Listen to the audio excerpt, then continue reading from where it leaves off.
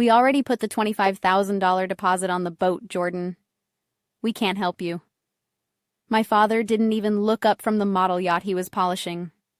I stood there, my right ankle throbbing under bloody gauze, holding the $4,000 bill that would decide if I ever walked normally again. "Dad," I whispered. "It's my leg," the doctor said. "I need surgery this week." My mother just turned the page of her magazine, looking bored. "You're an adult, honey. Maybe limping for a few months will teach you to be more careful with that cheap car of yours, from the corner." My sister Ashley laughed. "Just sell your laptop. It's not like your little freelance hobby pays the bills anyway." I looked at the toy boat on the table, worth 5 times the cost of my surgery. I didn't scream. I didn't beg. I just turned around and walked out on my broken leg, knowing exactly what I had to do next. My name is Jordan, and I'm 28 years old. People say family comes first, but that night, I realized my family only cared about their image. So I made a plan. I didn't just leave. I came back, bought their debt, and evicted them from the very house they kicked me out of. Have you ever felt like a stranger treated you with more kindness than your own flesh and blood? Drop a comment and tell me your story. I'm reading every single one. The leather sofa squeaked beneath me as I tried to find a position that didn't send shooting pains up my leg. My right ankle was wrapped in thick white gauze, already spotted with fresh blood seeping through. I held the hospital bill in my trembling hand, $4,500. It was the cost of reattaching my torn ligaments after a car accident in the beat-up sedan my parents refused to help me repair. The doctor had been clear. Surgery immediately, or a permanent limp for the rest of my life. Across the room, the smell of expensive vanilla candles was suffocating. My father, Dennis, was meticulously polishing a scale model of a yacht with a microfiber cloth. He didn't even look up when I spoke. "Dad," I said, my voice tight. "I need the surgery. If I don't do it now, I'll never walk right again." He blew a speck of dust off the miniature deck. "Jordan, we've already put the deposit down on the new boat. $25,000. It's non-refundable." "It's my leg," I whispered. My mother, Pamela, took a delicate sip of her tea, her eyes scanning a magazine. "You're an adult now, honey. You made the choice to drive that old car. Maybe limping for a few months will teach you to be more careful next time." From the corner armchair, my sister Ashley looked up from her phone and smirked. "Why don't you sell that laptop you're always glued to? Freelancing clearly isn't paying the bills if you're here begging." I looked at them. Really looked at them. The polished wood floors, the art on the walls, the $25,000 toy boat sitting on the table. And then I looked at my throbbing, ruined ankle. I didn't say another word. I didn't cry. I simply gripped the armrest, pushed myself up through the blinding pain, and limped to the door. The silence in the room wasn't awkward. It was cold. It was the silence of people who had watched me bleed and decided the carpet was more important. I closed the heavy oak door behind me, and in that moment, the daughter who sought their approval died. The creditor was born. I sat on the floor of my studio apartment, my back pressed against the cold drywall, staring at my purple, swollen ankle. The pain was a living thing, throbbing in time with my heartbeat. But the anger was colder. It was a precise, calculating kind of anger. To understand why I walked out of that mansion without screaming, you have to understand the ledger of my life. In my family, love was a currency, and I was perpetually overdrawn. My sister Ashley was the golden investment. 2 years ago, when her luxury organic spa went under because she spent the capital on trips to Tulum instead of marketing. My father wrote a check for $50,000. He called it protecting her credit score. He didn't ask for a repayment plan. He didn't lecture her about responsibility. He just signed the check and told her to try again. Contrast that with me. When I was 22, I borrowed $2,000 from them to fix my transmission so I could get to my first job. They made me sign a no-tarized contract. They charged me 5% interest. For 6 months, I ate instant noodles and walked 3 miles to save gas money just to pay them back early. I thought if I showed them I was responsible. If I showed them I had integrity, they would finally respect me. I was an idiot sitting there on my floor looking at the eviction notice I knew would come if I paid for surgery instead of rent. The math finally made sense. It wasn't about money. They had plenty of money. They had just put a $25,000 deposit on a boat they would use maybe 3 times a year. They chose a fiberglass hull over their daughter's ability to walk. To them, I wasn't a family member. I was a bad asset. A write-off. A soft knock at the door broke my concentration. I froze. If it was my landlord. I was done. "Jordan, it's me, Caleb." I let out a breath I didn't know I was holding and hopped on one leg to unlock the deadbolt. My brother stood there in his grease-stained mechanic's coveralls. He looked exhausted, his eyes red-rimmed, smelling like motor oil and stale coffee. Caleb was the only one who didn't look at me like I was a mistake, but he was also the only one without any power. He stepped inside, took one look at my ankle, and winced. Without a word, he reached into his pocket and pulled out a wad of cash. It was mostly 10s and 20s, crumpled and smelling of the shop. "It's 500, he said, his voice rough. I sold my tool set to the new guy. "I know it's not 4,000, Jordan, but it's literally everything I have right now." I looked at the dirty bills in his callous hand. My parents had millions in assets and wouldn't give a dime. My brother, who worked 60 hours a week on his feet, sold his livelihood to give me $500. "Keep it," I said, my voice shaking. "You need your tools to work." "Take it," he insisted, shoving the money into my hand. "Please, I can't watch you lose your leg because they're monsters." I took the money, not because it would pay for the surgery, it wouldn't even cover the anesthesia, but because I needed to remember this moment. I needed to remember that while the people in the mansion let me bleed, the brother with nothing gave me everything. That night, after Caleb left, I didn't sleep. I made a decision. I wasn't going to be the victim anymore. I went to a predatory lender the next morning, signed a loan with an interest rate that should have been illegal, and paid for my surgery. I was going to walk again, and once I was back on my feet, I was going to make sure my parents paid for every single step. 2 weeks after the surgery, I was sitting on my thrift store couch, staring at a bowl of lukewarm ramen. My leg was in a cast, propped up on a stack of old magazines. I was physically healing, but financially, I was bleeding out. The predatory loan payments were due in 3 days, and I had exactly $42 in my bank account. I was calculating whether I could sell my plasma while on painkillers when I remembered the crumpled lottery ticket in my jeans pocket. I'd bought it at a gas station while picking up my prescription. A $2 tax on desperation. I pulled it out, smoothed the wrinkles against the coffee table, and opened the app on my phone. 12, 18, 4, 33, 49, Powerball 7. I didn't scream. I didn't jump up and dance around the room. I didn't call Caleb.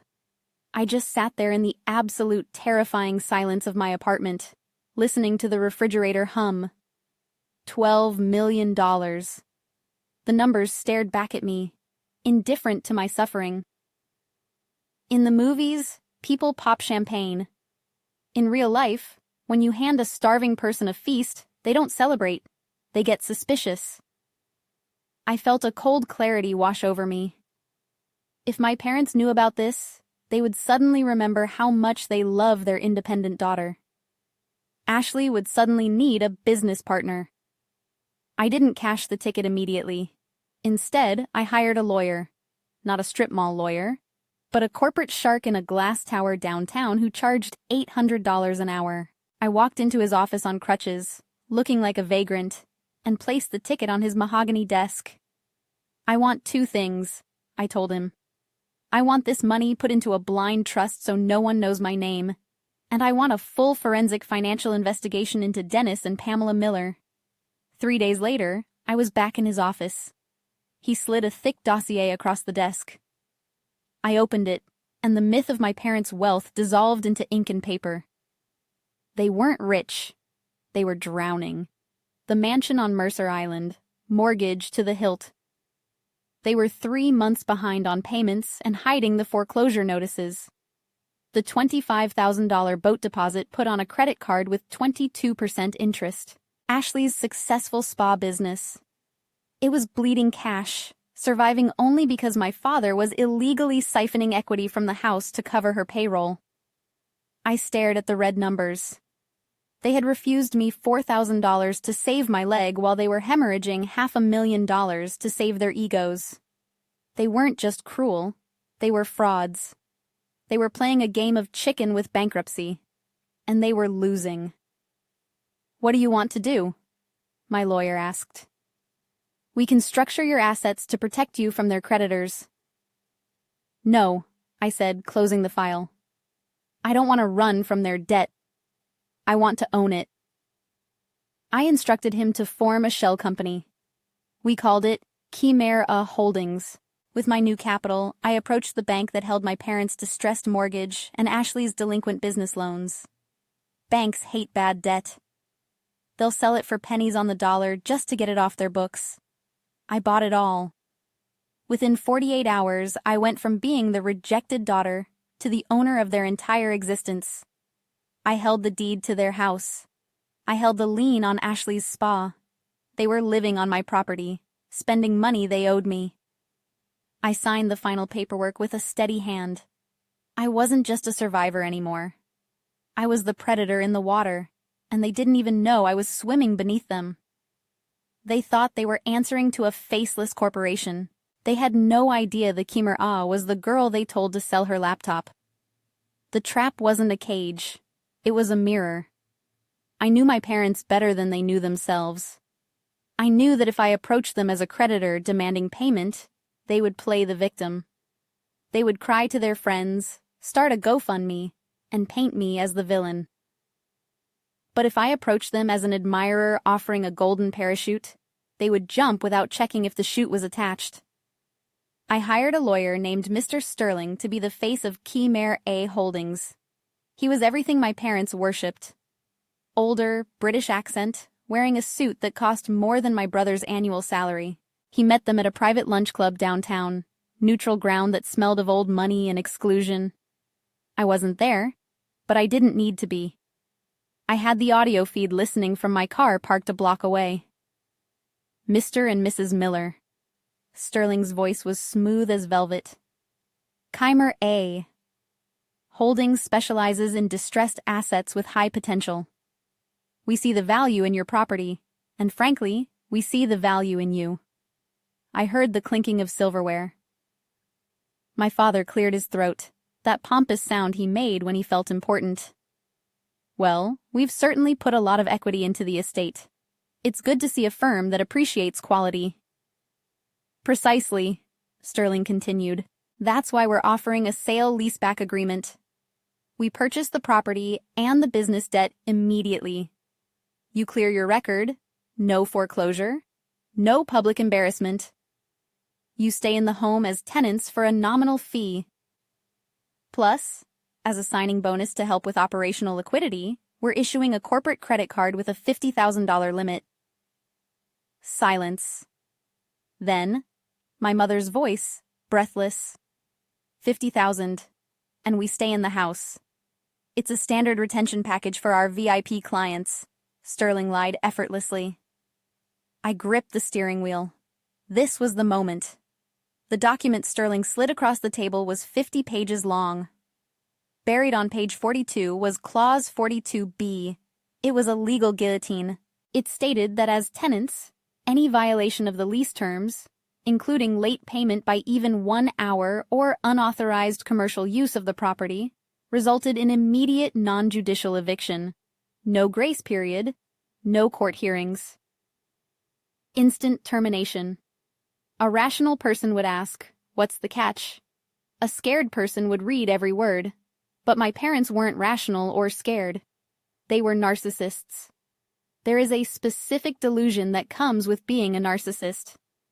The absolute, unshakable belief that the universe owes you a favor. They didn't see a predatory contract. They saw validation. In their minds, of course, a hedge fund wanted to bail them out. Of course, they deserved a $50,000 spending limit. They viewed luck not as a random occurrence, but as a character trait. They believed they were immune to consequences because, in their version of the story, they were the heroes. Arrogance isn't just a flaw. It's a blindfold. They didn't read the contract because they couldn't conceive of a world where someone was smart enough to trick them.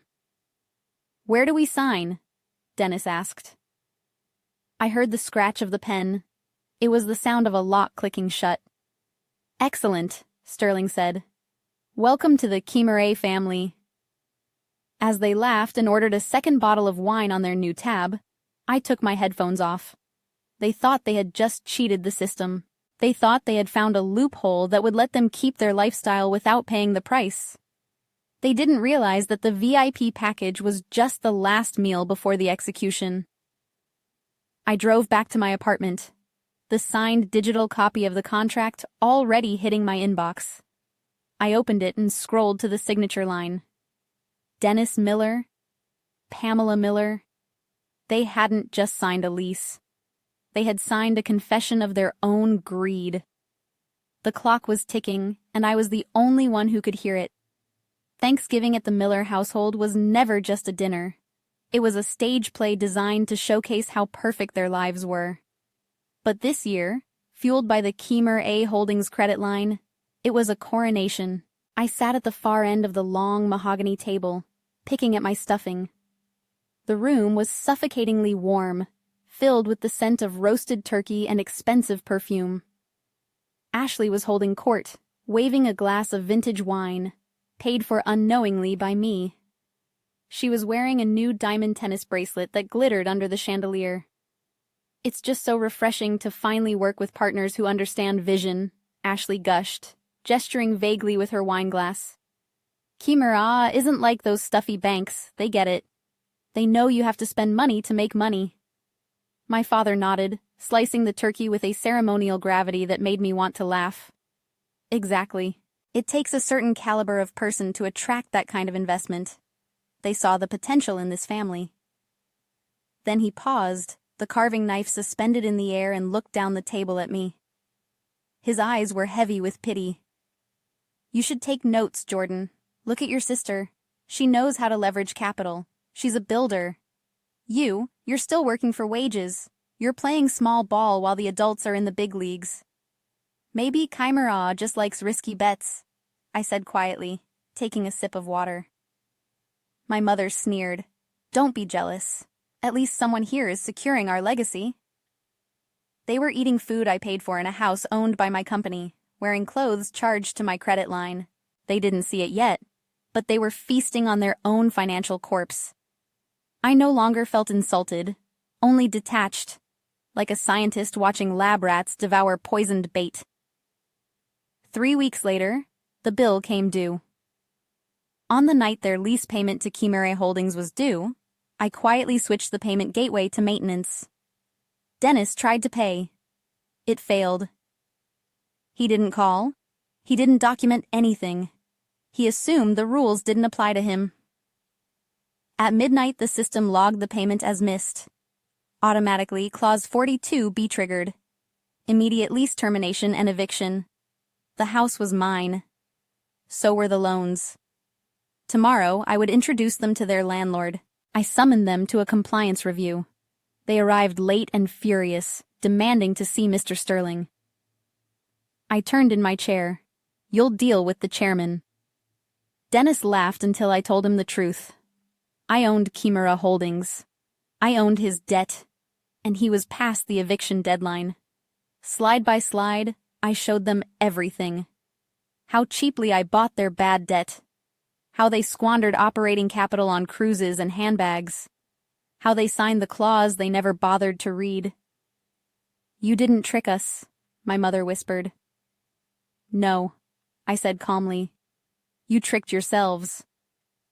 Dennis lunged at me in rage. Security restrained him instantly. You own nothing, I said. You have 1 hour to vacate before the locks change. As they were dragged out, Dennis spat one last threat, boasting about hidden Cayman accounts. I pulled out a single document, IRS Form 211. I already reported those, I said, 12 weeks ago. Moments later, IRS criminal investigation agents entered. Dennis and Ashley were arrested for tax evasion and wire fraud. The government would seize the offshore money. My whistleblower reward would be $600,000. I walked outside into the cold air. It didn't smell like money. It smelled like freedom. I called the only person who mattered. Pack your bags, I said. I just bought the auto shop. We're starting over. Never underestimate the quiet one in the room. They're not weak. They're patient.